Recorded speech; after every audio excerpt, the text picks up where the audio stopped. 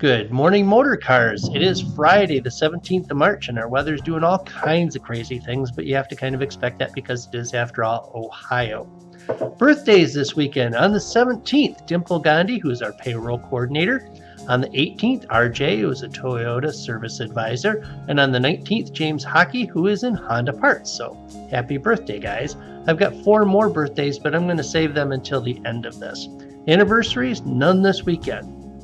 I thought with all the stuff that's going on and all the talk back and forth about Russia and who knew what and who didn't know what and all that kind of thing, it might be worthwhile talking a little bit about Russia because it's not something that I think most Americans know very much about. We don't really get much in the way of foreign news here in this country. So just a few factoids about Russia. By land area, Russia is the largest country on the planet. It's about twice the size of the US, and it's about roughly the size of the planet Pluto, or I guess non-planet Pluto. More than 70% of Russia is made up of Siberia, where 24% of the world's remaining forests are located. Russia classified beer as a soft drink until 2011. The average Russian drinks 5 gallons of alcohol per year, and as a result, 1 out of 4 Russians die of alcoholism before the age of 55. When the Bolsheviks killed the Tsar and his family and founded Soviet Russia, the Russian Revolution ground to a month-long halt while the residents of St. Petersburg drank his wine cellar dry. Russia put the first satellite, dog, and human being in space. They still hold the record for the most number of orbits by a single person, 18,000 orbits of the Earth.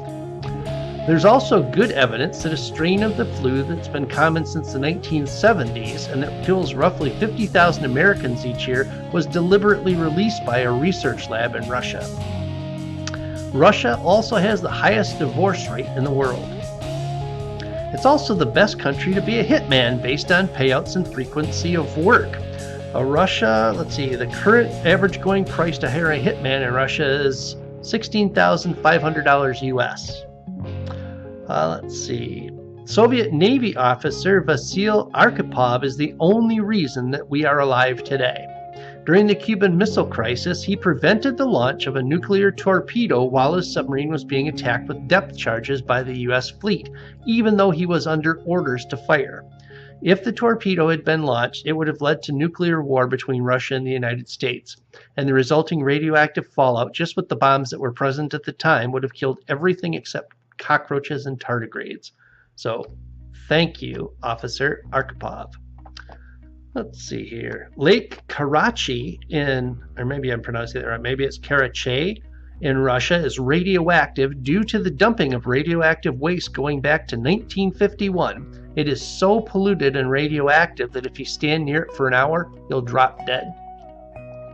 Russian President Putin has had at least 11 critics assassinated that we know of. It's estimated that he's worth as much as $100 billion US, almost all of it accumulated via insider trading, selling state assets, and kickbacks from oil companies and other businesses. Before becoming Russia's leader the first time, Putin was the head of the KGB. And despite all of that, he is still enormously popular with Russian citizens, more popular than any leader they've ever had in history. Moscow is home to more billionaires than any other city in the world, 74 last count. It is illegal to tell anyone in Russia under 16 that gay or transgender people exist. Russia currently has 8,400 nuclear weapons that we know of, more than any other country on the planet, including us. 56% of Russians are sorry that the USSR collapsed. That might actually explain a little bit about why they're going after Ukraine. And 50% of Russian police officers, at last count, take bribes. Word of the day. It's an exciting time to be alive. We have more sophisticated tools at our fingertips than at any time in history, and they get more intelligent all the time. For recent examples, just ask anyone in sales or service about our new coworkers, Emily, Megan, Stacy, and Tiffany.